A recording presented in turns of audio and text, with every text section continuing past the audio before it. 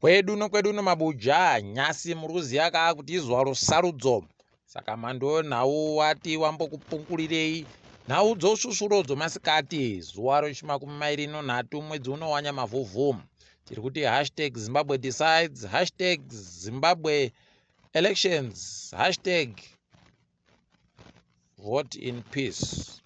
Tiripo ipapo rikaiti kunyepei zviri kuitika nyasi. Ipapa ZEC yaburika, vanhu vari kuita kuhwadziwa nayo nokutoti iri kuzama zvairi kuda kuita zvokuti vanhu vari munzvimbo dzoHarare, Bulawayo nodzimwe dzoManicaland pabodzi pono dzimwe vanofungidzira kutoti ikoko vanokona kuruzawo ZANU-PF vari kuedza kuvhiringa vanhu kuti vareke kuita kuvhota zvisvinu. Kureketa kuno nzvimbo zhinji nyasi dzanonoka kuvhura zvekutoti vamwe vagotoreketa kutoti ndofunga zvikamu 40 kubva muzana chaizvo 40% pachirungu zvonzvimbo dzokuvhotera panga paribe kuvhowa nguva dzinofanira kuvhowa. Vamwe nanyasi nguva dzino dzapfuura nguva dza12 masikati wati watanda bakuvhotesa. Zvino zvareketa izvo kutoti pakaita kunyangariwa nokutoti chikonzero chikuru chiri kuita kuti watadze kuvhotesa kuti mapepa okuvhotesa ayo aripoba, maballot paper pachirungu. Ipapa ndo pari kutonetsa nokutoti musuwo zuva ra18 ZEC wagoburika wachireketayo kutoti aiwa wakatopirinda kare mapepayo okuvhotesa, asi chazonetsa kuti kubva musi wa18 kusvikira nyasi waribe kuaendesa sei kunzvimbo dzaanofanira kunge achienda. Panochanja chopfene. Vamwe vanoringa vari kuti aiwa vari kuda kuzama kuti vanhu wareke waore moyo.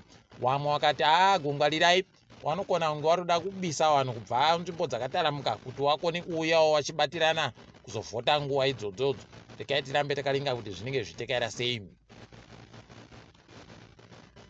Ipapa dzimwe nzvimbo kwai zviri kutonetsa kutoti wari kundoti wakapinza vanhu vashoma wabva wati mapepa yapera, wandoti wakapinza vashoma wabva wati mapepa yapera, pakapinda vanhu 10 chaivo wabva wati tichiribe mapepa okuvhotesayo.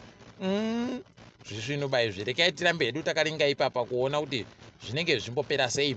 Nzvimbo dzakaita sana Marondera, wamwe mapepa oCCC ari kuboeka ba vanhuwo kuti waripo ba wanofanira kunge waripo, zvokutoti zviri kuita kuhwadza unoita kusaya kuti kohokonai zviri kudandi, asi dziso tinoramba takavhura ipapo.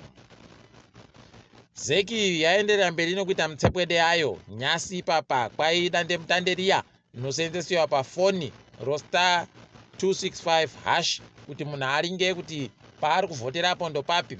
Ratadza kuboeka izvezvi kureketa kuno riri kubatikaba zvokutoti wotimu pachedu pabodzi bono CCC wagototi vanhu ngavaite zvavo bau rokuramba wachiita kuti watsvake kuti wari papi, nokutoti paribe chisvinu.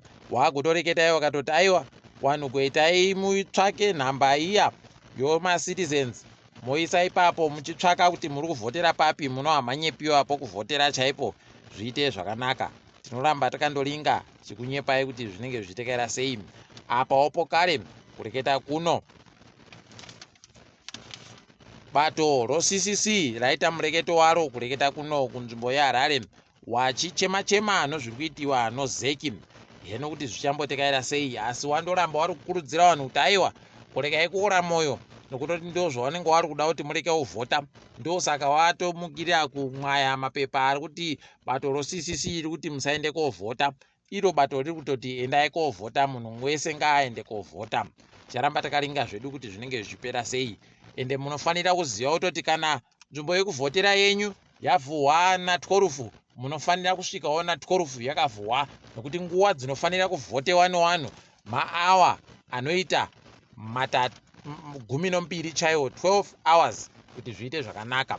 Wari kuda nhamba iya, nhamba yokuti waringe kuti wanofanira kuvhotera kupi woyo wachivhotera ani, goisai nhamba iyi mufoni menyu +1 305 791 0002 +1 305 791 002 ndiyo nhamba yamunoisa mufoni mobva mandoiti mhoro, inobva yandokunyepai kuti moita sei, kana kuiti halo inobva yakunyepai kuti moita sei. Mukugumisira wamunangarwa wavhota kwaoko kukwekwe kuSherwood primary, apa wachamisa wanga wakaunganiwa nowanhu kuita kunge watopara ari pokare wandokona hao kuti aiwa waribe kureketa kana kudini, wandoti aiwa ndikuuya kovhota sowamwe, wapinda kovhota kukuwadzana 2 primary. Regai tirambe takaringa ipapo kuti zvinenge zvipera zvakaita sei. Tinoramba tichikunyepai zviri kuitika apa FAZ. Wende huno wari kuona simba rowanhu kuti wanhu wadichiwa idi. Nzvimbo dzese dzawanga wari kuisa dziri kuburika, dziri kuvhiringidziwa nowanhu wari kuzvimiririra chaizvo kutoti zviri kuda kuitiwa noFAZ zvokuti ivhundutsire wanhu kuti tipei nhamba dzochitupa, tipei bepa rawavhotera kuti rakanyorwa nhamba ipi, tipei chino nechino. Zvese izvo zvamanyepo yose iwayo nodzimwe nzvimbo dzawari kumira mhera chaimo munzvimbo dzokuvhotera zvisiri pamutemo zvabisiwa. Tiri kufara nowanhu wari kuramba wakaita kusimba. Nhamo yasara kumamisha ndokwakutoti wanhu itai bau mukavhota motekaira kuenda, wanokona kuti moende kobatsira wari kumamisha nokuti iwo wanenge wachizosha kuzikana kuti ndiye aita kuti FAZ wabve. Asi regai tirambe takaringa tinenge chindokunyepai zvinenge zviitika. Ndini wenyu Mhanduwe WeNhau, mudoke zvezvino.